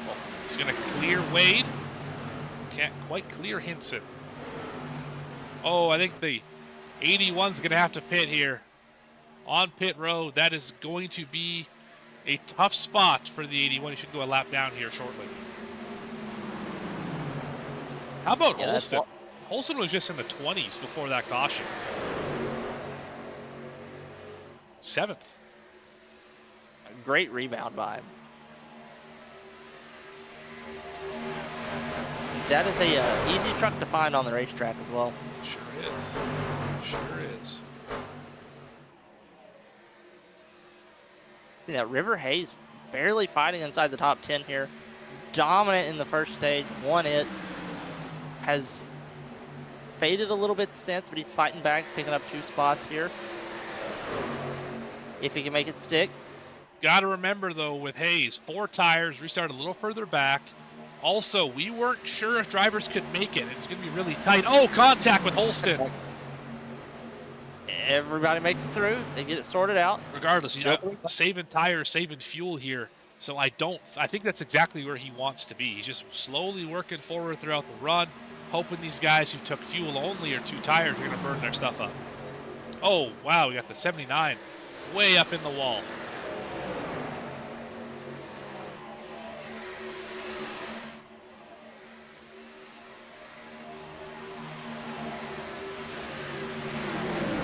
Yeah, you can tell that Hayes is really trying to save gas by how tight he's driving behind Holston there. As he fades off of him a little bit, got tight through the corner. Yeah, followed a little too really closely. Using that draft. Wade is falling fairly quickly. Was up in 3rd, now back to 7th. 16's in a bad way right now. Is that a tire issue or is that a fuel saving issue? I think it's a tire issue. Pushed too hard early, I think. Yeah, that truck seems out of balance. But you're seeing trucks who normally save tires really well. Holston, Curl, Hayes starting to kind of move their way forward while everyone else is moving backwards. That tells me that's probably just pushing too hard or realizing that you're way short on fuel and have to save a bunch very quickly. Either could be true. Yeah, but I don't think it's fuel because of how out of balance those trucks look. Right. I thought it might have been fuel watching them on the scoring, but when he was on screen, it just looks like he's really fighting the truck. Just doesn't look great, you know? Yeah, exactly. Just saw Caleb Hunt test the outside wall. When the truck looks like it's tight and loose at the same time, usually not a good sign. Yeah, agreed. If it's bouncing like that, you're in a bad way. See what riding the outside wall looks like. Yep, that's it. Can't get much closer than that. That's Zachary King in the 50. Bollinger gets around Hubbard. And Bollinger working his way inside the top 3 now. Oh, that's going to get tight. If he can stay clear. Oh, he got him. He hooked him. Oh. No caution yet. They stay green. No caution yet. There it is. Out. Caution's out. Caution is out. And like we talked earlier, Bollinger did not have a fast repair left. Yeah. So that move just... Yeah. And I don't know if that was a bad move per se. I think they just ran out of... Both drivers ran out of room. Right. Is what it looked like initially. Let's take a look. Yeah. 12 off the wall. 12 caught the wall. 97 was finishing the corner in an aggressive manner, I might add. I would say that probably should have stayed down there a little bit, knowing that the 12 was up there. But and that, I think also that curve backstretch has something to do with it as well. Regardless, both those drivers involved in with it. Heavy damage, too. Yeah, heavy damage for both of them. Let's go back one more time here. Yeah, as the 97 crowded him a little bit. Yeah. Gave him the room back, and when the 12 bounced off the wall, the 97 tried to complete the pass that was not complete. Absolutely. But late in the race, you have to be aggressive, and sometimes that's a result of aggression. But now, those few drivers that had a set of tires left, they're going to take it, and they're going to be fast. This fell exactly the way that Brad Nelson wanted it to. Not all drivers are going to be on pit road. Some will stay out here. Curl, Holston, Hayes all stay out. Looks like Tucker's going to stay out with them. Rinn. Cochran's the first one on pit road here. That would be in 6th position. See who's all topping off with fuel and who's taking tires. Wingfield wins the race off pit road. That's fuel only. Fuel only, so he didn't think he could make it. Looks like everyone behind him looked like a 4-tire stop. I would agree with you. Everyone behind him, 4-tire stop. So that's going to put fresh tires, depending on the choose, in 7th. Well, 15 laps left. Fresh tires starting in row 3, potentially, row 4. Yeah, this could be quite a finish. Yeah, Barnes, Cochran, and Henson and Nelson are going to be the top 4 on fresh tires. Going to be 15 laps right now, so probably going to restart with 14 left. And Curl had his tires changed 20 laps ago.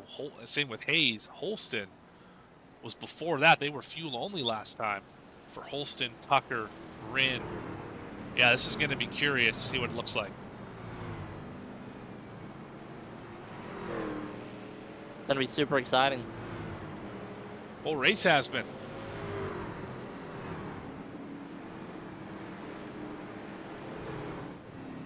Back of the field getting organized there. I think those were all trucks that were laps down, trying to get themselves sorted out in the correct order. For sure. So top side, top 2 have 19, now 20 lap old tires. Bottom 2 much older than that. 3 and 4 on the bottom, the 2751, they are the fresh tires. Wingfield in the 43 has at least 20 lap old tires. Same with Brett Rinn. This is going to be wild. Where does that inside line go? Can Barnes find a way off the corner to clear a row? Only one way to find out. Absolutely. Pull those belts tight, folks. It is about to get wild here in Chicagoland. Pace truck, hopefully for the final time, will pull off the racetrack.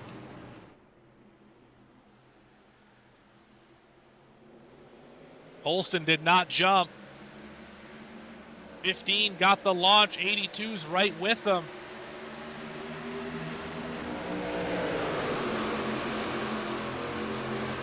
Already 3 wide behind him. Yeah, and the front few cars getting that organized. That's great for Barnes.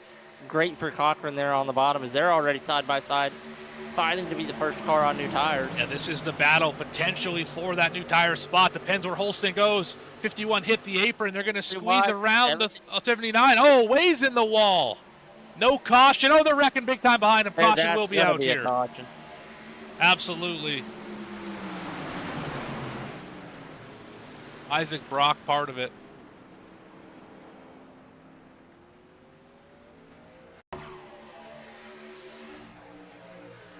Somebody disappeared here for a minute. I don't know. I think it might have been the 21.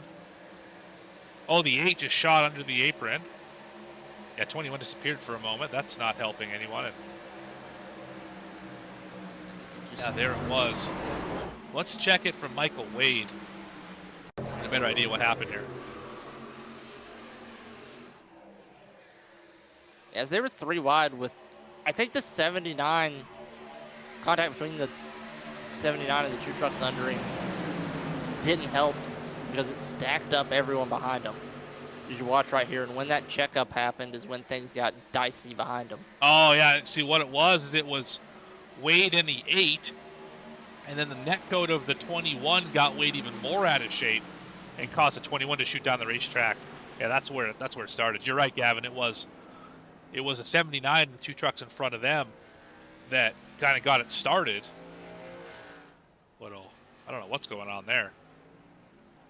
Clearly not intentional, but some sort of ill will there. Reggie Kime got the meatball flag out of that one. Heavy contact for the 9. Sells a fast repair, so day's not over yet, but we're running out of laps in this one. Curl leading the way over Hayes. And I also pit here. And I also think Kime, with that fast repair, I feel like he was one of the drivers that at some point on one of these cautions was one of the guys that stayed out. So he might still have a set of 4 tires to put back on when he repairs his truck here. Absolutely. We're going to take a quick step aside. You're not going to miss anything here with Juicy Spider side by side. Be back in just a few.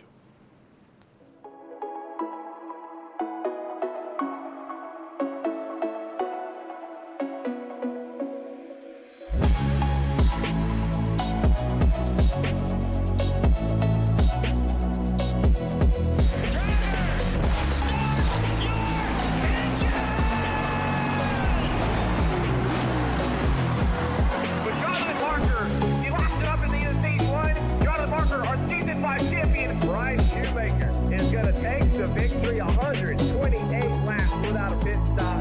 Donnie Kite's gonna get through it all and score his first career win. Saturday Night Racing League and throwback at Charlotte goes to Josh Adams.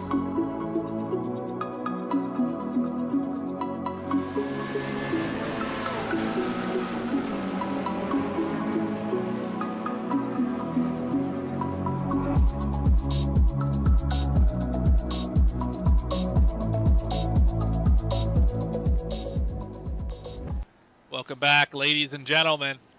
Here for the choose. Going to be 10 laps to go when we get this thing back underway. Tire strategy all over the place. Top 2, 25-lap old tires. Holston's older than that. Cochran and Barnes on fresh tires on the last stop, 6 laps old. And then the rest of the field all mixed in throughout. It has been a dandy of a race so far, Gavin. I mean, this is one of the most exciting races I think I've seen this series put on in the year and a half or so that we've been calling it. Yeah, this has been about as close to perfect of a race as you can ask for as a viewer. I'm sure some of the guys driving would maybe not agree with that analysis. They might be frustrated. You know, we've had 8 cautions, but I've had a great time watching. Yeah, 14 lead changes, definitely out of the norm for a mile and a half. Had 3 wide, sometimes 4 wide. I think we had 5 wide once down the front stretch. I mean, you just don't see that on mile and a halfs very, off to Chicagoland is a great spot for it. Pace truck will make the hard left turn off the racetrack right here. Put the field in the hands of Curl and Holston. Will this be the final run to the checker? Another good jump for the 15. 51 pulls out of line, is going to force it 3 wide on the new tires. Should be able to clear. Oh, cleared Holston barely. He's going to get in front of Hayes.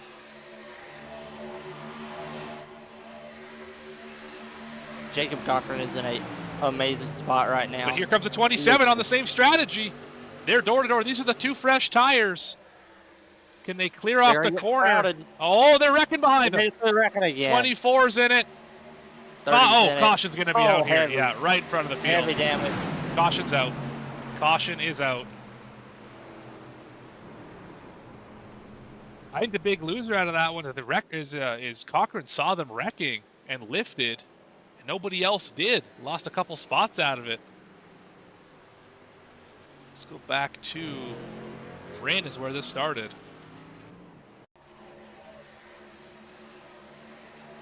Shouldn't say where it started. He was part of where it started.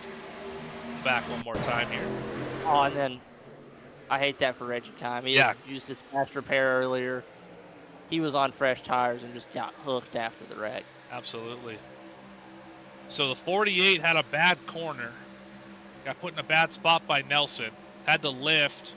4 wide. Just not enough real estate. And then down the racetrack. Everyone stacks up and shoves Ren up the track. And then after it, man, the 81 took a lift. Yeah, Daytona Cross as well. Only driver making through that one clean looks like was the 01. Yeah, that was just it's a tough deal. There's not much more you can say about it than that. Just a lot of drivers in the wrong spot at the wrong time.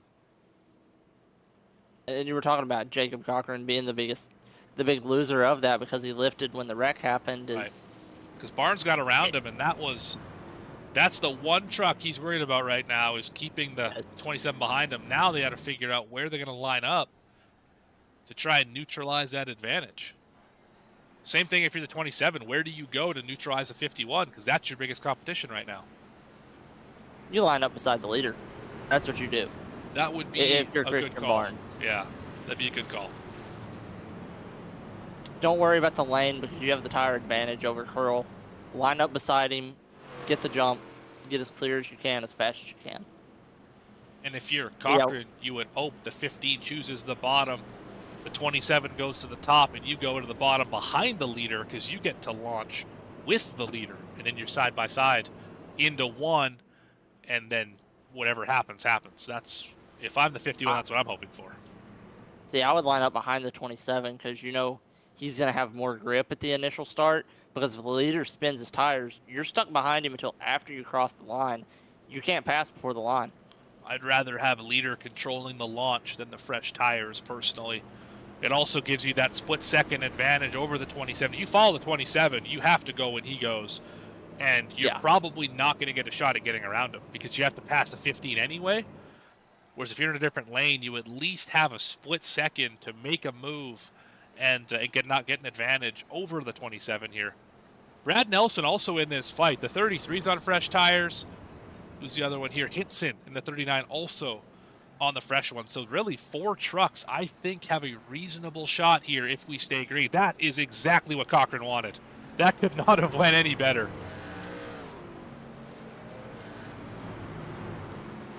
Wow. I did not expect Curl to go to the top at all.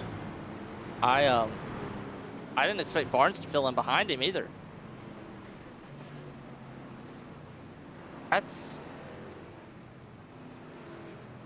So fresh tires 51, 27, 39, 33. Old tires 15, 82, 79. Those are your first 3 rows.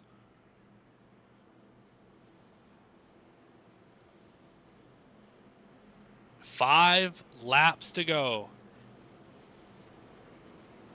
in Northern Illinois.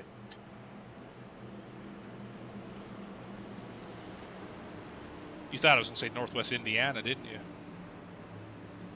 No, I did not, because I know the track's in Joliet. Sad Bears fans. Anyway, we digress. Oh, no. We digress. You a Bears fan? Not particularly. Okay. It's just topical, Gavin. I gotcha. Anyway, we're going racing here. Cochran on the inside, Curl on the outside. Jump goes to the 15 for the moment.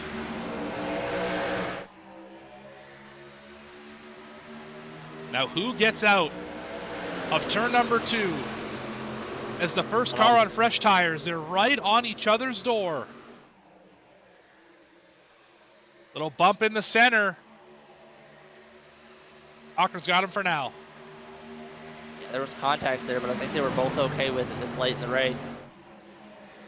Cochran's got clean air right now. 15's fading up the racetrack. That's going to give advantage to 51 for a moment. Don't be surprised if they try to split him here into turn 1. Oh, 15's going to arc it to the bottom. He's going to impact both of them equally. He's going to slide up now. Advantage all the way to the 51. If they can get off the corner, 27's in the outside wall. They're still door-to-door down the backstretch.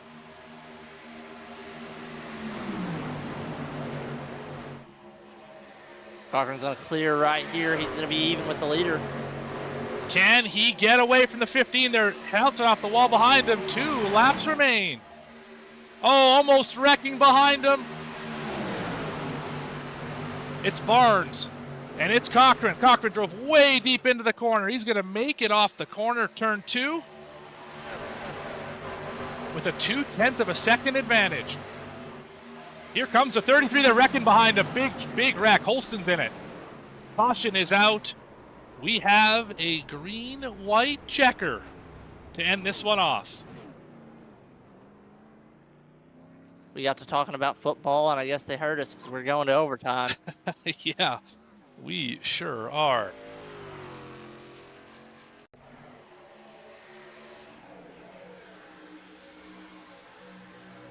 Yeah, I'm actually impressed with. Rin got into the 21. That's one of those accidents that works forward. You don't see them very often outside of super speedways, but Rin into the 21, 21 into the 48, and around goes Holston, and that is going to. He's still got a faster pair, but he's back in 20th. Doesn't really want to have to use it here. You were saying? I was really impressed with how Curl was able to keep up with the fresh tires. Like, he fought hard there for a few laps. Well, let's remind you of our point standings, and I'll show you why. He's top of the sheet. Of course he's able to hang with new tires on old tires. He's top of the league at the moment in terms of points over Christian Barnes and River Hayes. Yeah, this is going to be a heck of a restart. This is the last thing the 51 wanted, and this is everything the 27 wanted. As well, if you're Brad Nelson and Gavin Hinson, you just got another shot at this because you were likely going to finish 4th and 5th. You get another shot at Curl, who's going to be in dirty air this time, likely. And you get another shot at getting around Barnes and Cochran, who are on the same tires as you.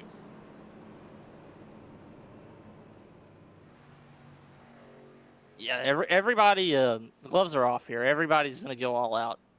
Gloves are off. Absolutely.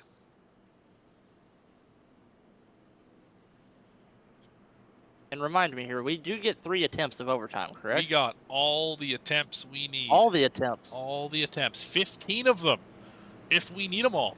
If we hit 16, we're really doing something wrong, I would have to say. We hit the integer overflow limit, and it would stop. So 15 is how many we get. I hope we don't have that many. I hope so as well. My gut feeling says 2. Well, we're going to find out as we hit the choose for what could be the most important restart of the night, the final one. Cochran to the top, Barnes to the top behind him, Curl to the top as well. That's going to put Brad Nelson on the front row from 4th position. Oh my goodness, that changes the entire complexion of the end of this race. Hinson followed him through. That's going to put Hinson up to 4th. What an aggressive move by the front 3. I'm surprised Curl went to the top side behind Barnes and not to the bottom to lead the lane, because now he's going to have dirty air and a few other drivers who already pit for tires, so he's going to really be scrapping here. Don't count out the 50 either. 50, Zachary King also is on fresh tires, and we know he will be 10/10ths aggressive. Caleb Hunt as well in that same boat, 1 row behind him in the 19. I like the position Brad Nelson's in here. He is not the control car, but he's closest to the bottom, so he can sail it off a little bit further in the corner. He might lose momentum on the outside, but he can throw a bomb into turn 1 if he really wants to. Every trick you've got, you got to use it right here. Into the restart zone. 51 on the outside, 33 on the bottom. They launched. They're even. Great jump by Brad Nelson. And here comes Barnes. Squeezed up the racetrack. 51's going to get clear. Runs the middle. Tries to block the 27. And here comes Hinson. 3 wide for second. They're going to side draft each other, maybe be a little slow. That's going to help Cochran. 3, almost 4 wide. Here comes Barnes to the bottom. He can't get there. They're 3 wide, a little further back, and off of turn number 4, 1 lap to go. This will be official. Yeah, Barnes just washed up. Look at the 4 wide that we're fighting through here. Gary Baldwin Jr., where'd he come from in the 26? Hinson aggressive clear. We got 1 more shot at it up front. Does the 27 have anything for him? He's going to run the middle. And they're wrecking behind him. And for the final time, out of turn number 4, Jacob Cochran is going to win in Chicagoland.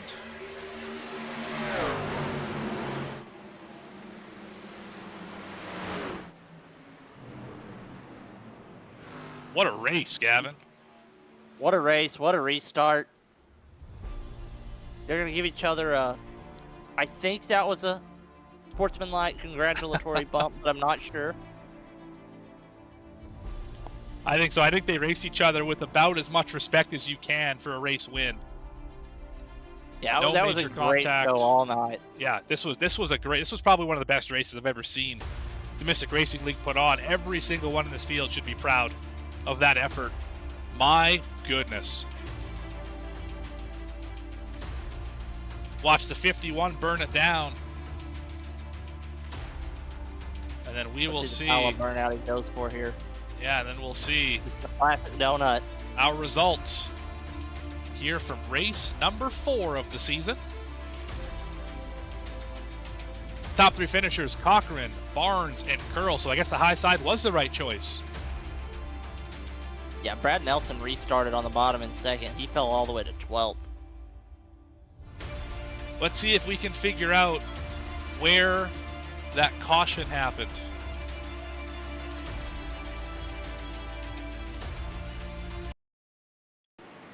A little further back here, we saw one happen on the exit of 4. I don't know who it was. A little further back here. Nelson gets stuck in the middle and tries to start going around. I think it was Ullman who got spun. Watching the 34. He looked 4 wide. The hole closed up. He's up top.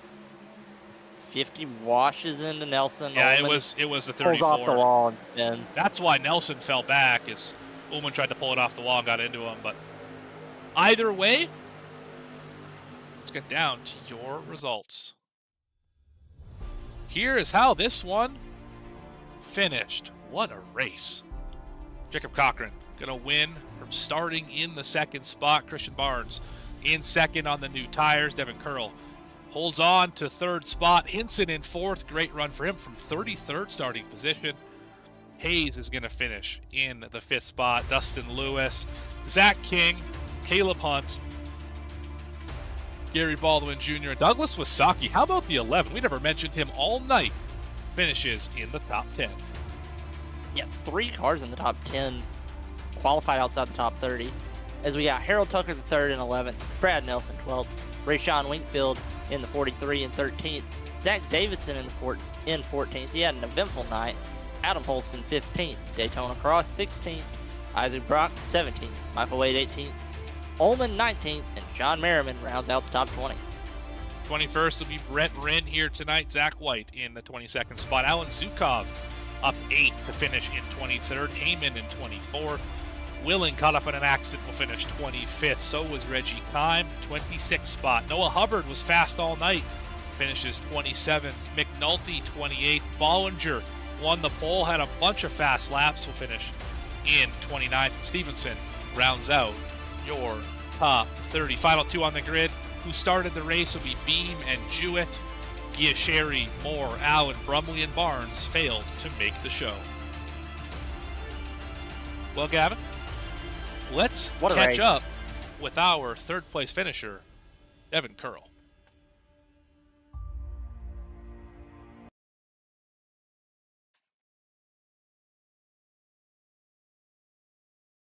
Devin, Morgan, and Gavin up in the booth. You got a copy? Yeah. Eventful night for the 15. You were fast for a large part of this race up at the front of the field. Got cycled back with that caution. And then strategy, you ended up on the wrong side of it. Anything you would do different if you could go back to maybe 20 laps to go to maybe get the win here tonight? It would have been way further back than that, unfortunately. Before the stage even was over, I got involved with a wreck off of 4 there on a restart, and it crippled me. Kind of limped to whatever I finished in the first stage, and kind of had to do something different than the rest of the guys to get myself even back in. It's so hard to pass here. Unfortunately, that just meant that I was one set of tires short at the end, but still lucky to have gotten the finish we did. Yeah, you played the lines at the end of the race to perfection with the restarts. We were thinking up here in the booth, the 15 is conceding by restarting third in line behind the 51 and 27. Turns out that was absolutely the perfect move. What sparked that decision, and why didn't you go to first row inside? Well, it was two things. I know it's a little early in the year, but focusing on points is one. I'm racing 27 right now. He's second in points, and I knew that opening up the bottom lane was going to give somebody on the bottom that had tires a better chance of being able to stay up there with those guys and fight for it. That didn't end up working out. And my other reason was for tires. If I would have been trapped on the bottom, I just would have plowed up, probably lost 5-6 more spots. I knew I could maintain the momentum on the high side. Fortunately, that allowed me to maintain third, and still was able to finish right behind the 27, so that's good. Absolutely. All in all, it worked out well with the strategy at the end, even though you were on the back foot, finishing in the top 3 here. Led some laps, had some pretty quick ones out there as well. Anyone you want to thank or shout out for what was a podium finish and an unlikely podium, considering the damage earlier in the race? Yeah, just Accelerated, Motorsports, River Hayes, and my wife. Awesome. Well, thank you, Devin, for your time. Congratulations on the podium.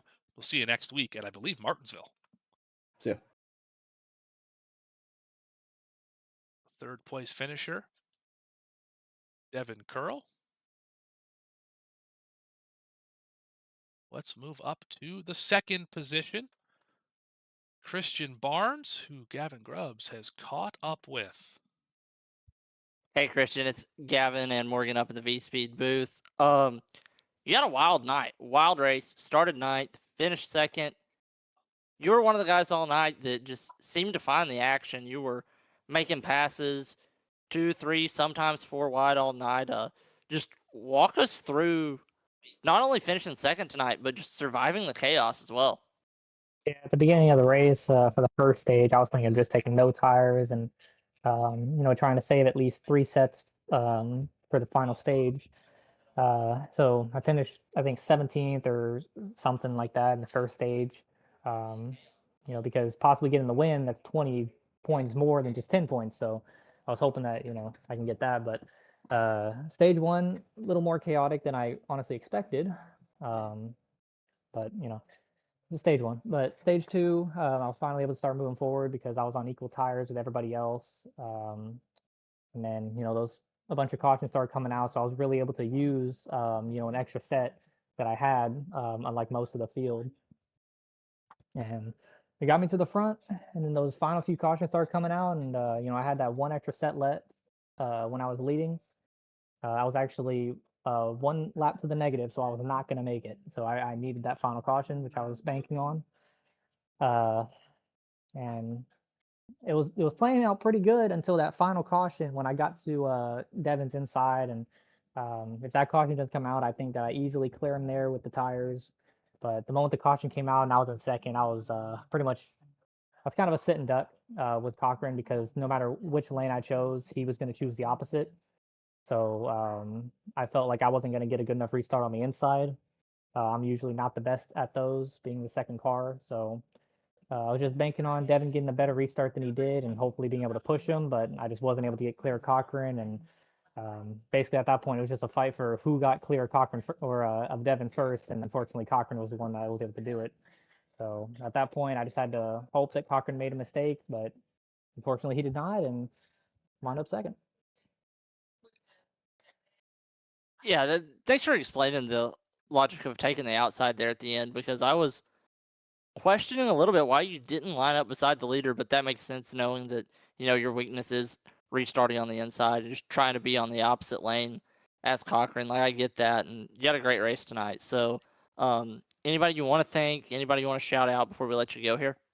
Yeah, I'll shout out Gavin Henson, my teammate, with Brett and all the other guys, especially for making my paint schemes. And I guess I want to thank y'all for broadcasting tonight. I'll be watching it back later. All right, thanks, Christian, and congratulations on your second place finish tonight. Thank you very much. Second place finisher, Christian Barnes. Now there is one driver left. Let's catch up in Sofa News Victory Lane with Jacob Cochran. Jacob, Morgan and Gavin up the booth. You got a copy? Yes, sir. Well, you told me before the race, watch out for this 51, and it took a while, but you finally got up to the front here in this all-blue V-Speed machine. You played the strategy properly, and it was a heads-up race with Barnes for a lot of the end of that race. Why don't you walk me through it? How'd you get this one done? The tire strategy finally worked. It seems like I'm always on the wrong end of it, but we saved a set, and and it worked. We got the caution that we needed there at the end, and we saved tires pretty well. So I don't think we would have won, but I felt like we were going to finish pretty decent without the caution. But with it, we were sitting pretty. I didn't know Kristen saved a set too. I thought that there was only like 3 or 4 of us that did, and I didn't know he did as well. But um, I knew when he took 4, I was like, yeah, it's gonna be a tough one. Um, yeah, cautions just kind of fell our way at the end. We got the clean air that we needed, and was able to put the dirty air on him. And man, we were coming to the white flag, coming out of 4. I could see the white flag in the flagman's hand, uh, and he dropped it and picked up a yellow. I thought it was over there, but thankfully we were able to still get it done. Absolutely, and it's been, I think you would agree, a putrid start to the season for you. I don't think you're on the top 20 in points after 3 races. Now you probably will be with this big boost of the 20 extra points for winning the race. Is this the kind of night that turns your season around and starts to get you back into the Jacob Cochran that we're used to seeing in the Downtown Auto Sales Truck Series presented by Pest Busters? Yeah, I hope so. Missed Daytona and had a pretty rough going at the bull ring. Finished pretty good Detroit. So hopefully so. Hopefully this gets the ship going in the right direction and puts us up in the standings. And I gotta talk to somebody about them power rankings, man. We gotta get up in there. So I don't know who I need to hit up, but anyway, no, hopefully we're moving in the right direction. Absolutely. While we got you up here, who do you want to thank? Who do you want to shout out for getting your first win of the season here in Chicagoland? First off, you guys, you guys do a great job, and V Speed broadcasts and everything. My sponsors, Downtown Auto Sales, and then the team, Delusional C4 Racing with Ray Sean, Colin, Dustin, and Andy, Mr. Andy Berry. He was on the box spotting for me tonight, so couldn't have done it without him as well. Andy Berry finally got a win. Good for him. Yeah. Good for him. But great job tonight, Cochran. 51 looks good in Victory Lane, doesn't it? Yeah. Oh yeah. Thank you, Sofa News, for sponsoring Victory Lane, and thank you, Jacob Cochran, for taking the time to talk with us. Congratulations on the first win of the season here in Chicagoland. But that is pretty much going to wrap this one up. Gavin, final thoughts. What a race. That is my final thoughts. It's what a race. We saw everything. We saw, one or two pretty long green flag runs. We saw strategy come into play at the end. We saw short runs. We saw an overtime. We saw too many lead changes. I lost count of how many lead changes. Everything you could have asked for, we got to see tonight. And also, Jacob Cochran now has $25 more than he came into this race with. He absolutely does, something that I actually lost sight of. Thank you for reminding me of that. Race number 1 of the Triple Truck Challenge. Looking good right here. Have a look at the schedule as we head on to Martinsville for race 2 of the Triple Truck Challenge at Martinsville Speedway. That is going to be a intense race, to say the least, next time out. 1 week from today, you're going to want to keep it locked right here on V-Speed.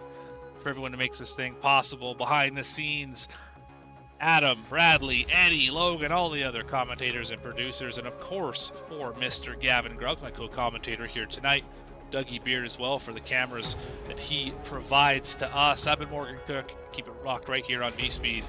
See you next time. It's going to be a fun one. You're not going to want to miss it.